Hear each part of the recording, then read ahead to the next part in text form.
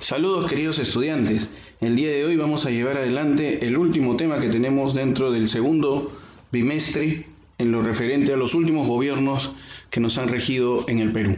Así que vamos a dar inicio para conocer el gobierno de Valentín Paniagua Corazao.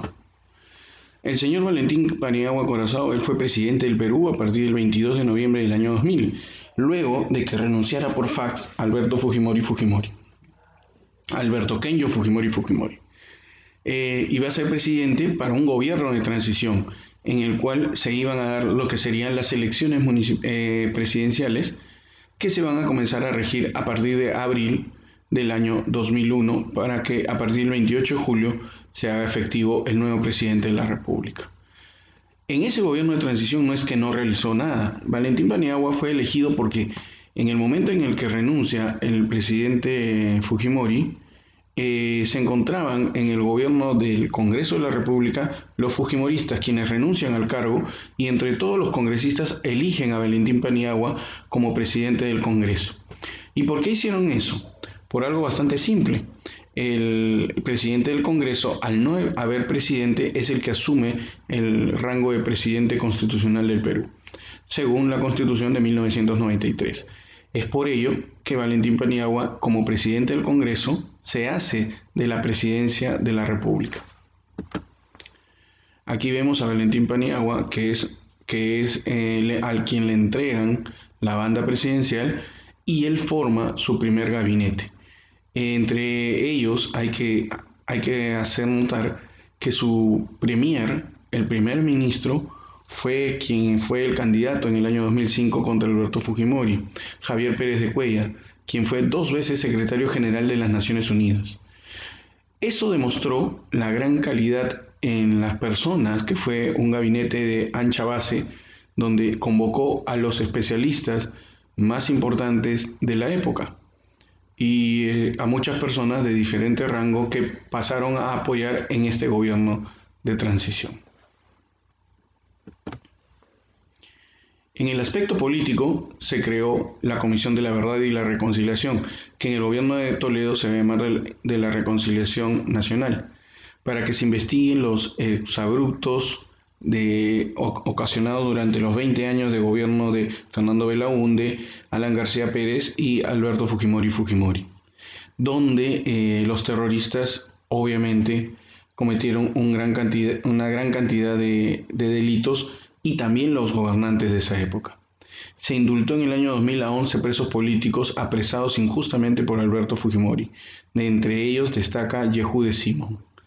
Se apoya la reincorporación del ejército que intentó sublevarse contra Fujimori el 12 de noviembre de 1992. De igual forma se realizaron algunos cambios en el gabinete, donde ingresó el general Antonio Quetín Vidal con la tarea de capturar a Vladimiro Montesinos. El 20 de diciembre del año 2000, el Congreso aprobó 3 proyectos de ley contra la corrupción cometida durante el gobierno de Fujimori. El 25 de mayo del 2001 se crea la Comisión de Estudios de la Base de la Reforma Constitucional encargada de revisar la Constitución de 1993. Posteriormente se convoca las elecciones el 3 de abril del 2001 y el 12 de enero del 2001 el Congreso aprueba la ley que suspende la privatización de los puertos. Durante este gobierno se promulgó una ley muy importante para los mineros, la cual fue denominada Ley del Canon. Esta promulgaba que el 10% total del canon para los gobiernos locales de las municipalidades tenía que quedarse ahí, el 25% del total del canon para los gobiernos locales, el 40% del total de esto para los departamentos y el 25% del canon para los gobiernos regionales. Entonces, de esa forma se dividía el 100% del canon entre todos los gobernantes de cada uno de los espacios donde se estuviera extrayendo los minerales. El aspecto económico que se tuvo también fue de que desde el 3 de enero del 2001 las reservas internacionales aumentaron desde 208 millones de dólares a los 8.388 millones de dólares, demostrando cómo era que se robaba pues en el gobierno de Fujimori. En el año 2000 el Perú disminuye sus reservas en 224 millones de dólares. Eso era bastante obviamente terrible, y esto debido a que el gobierno transitorio trata de vender las acciones del mercado local porque necesita reducir el déficit público. Se da un primer paso para construir un programa a largo plazo de aspecto tecnológico con ayuda de las Naciones Unidas. Se retorna a la Corte Internacional de los Derechos Humanos, se suscribió la Declaración de Chapultepec en México sobre la libertad de prensa y se firmó la Carta Democrática Interamericana de la Organización de Estados Americanos. Al ceder el cargo se lo va a dar a Alejandro Celestino Toledo Manrique, quien va a ser presidente del Perú a partir del año 2001 hasta el año 2006. Alejandro Toledo, para ese tiempo, él había sido el responsable de lo que nosotros llamamos la Marcha de los Cuatro Suyos. Es por eso que toda la población estaba de acuerdo de hacerlo presidente de la República. Entonces, Alejandro Toledo era un político, era profesor de profesión, se graduó en economía en la Universidad de San Francisco como magíster en economía y se licenció como doctor en economía en la Universidad de Stanford. O sea, economista de profesión no era, pero se especializó en la maestría y en el doctorado en Estados Unidos como economista, o dentro de la economía, ¿no?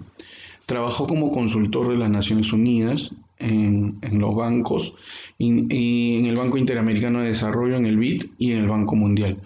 Con esta cartera de trabajo que él tuvo, pues vino al Perú y al ser una persona de rasgos mestizos e indígenas, entre ellos que afloraban mucho más, hubo una gran aceptación de parte de todas las personas. Es por eso que en esa marcha Los Cuatro Suyos obviamente consiguió absolutamente un gran apoyo. Inauguró el gasoducto del gas de Camisea, inició la construcción de la carretera interoceánica Perú-Brasil. Estos son hechos por los cuales hasta el día de hoy está siendo procesado por coimas indebidas con la empresa Odebrecht. Buscó nuevos mercados para las exportaciones agroindustriales, se desarrolló en mercados como Mercosur, Comunidad Andina, Tailandia. La verdad es que con él se ingresó a casi todos los mercados internacionales. Aprobó diferentes tratados de libre comercio que permitieron eliminar barreras de comercio para la exportación de productos peruanos y también para la importación, estimulando de esa forma las inversiones privadas en nuestro país. En el aspecto económico se estabilizaron todos los precios durante el año 2001 y 2005. Hubo gran estabilidad económica, se ganó mucho, hubo un crecimiento económico del 4.5% anual, cosa que fue algo muy interesante y que generó que el Perú esté en los ojos de todo el mundo. Los TLC que se firmaron ayudaron justamente al desarrollo económico de nuestro país. En resumen, el gobierno de Alejandro Toledo fue sumamente positivo en aspecto económico en los trabajos que se realizaron. A esto hay que decir que, si bien es cierto, todo lo que se hizo estuvo bien, los motivos por los cuales él está buscado y está pidiéndose por Interpol que regrese al Perú es por los temas de corrupción que se han dicho que de Odebrecht él ha recibido $2 millones. En el aspecto social sucedió, por ejemplo, el Arequipazo en la quincena de junio del año 2002, donde se levantó un movimiento en Arequipa que se llamó Frente Amplio Cívico de Arequipa, que tuvo a seis jornadas de masivas manifestaciones en contra del gobierno de Alejandro Toledo.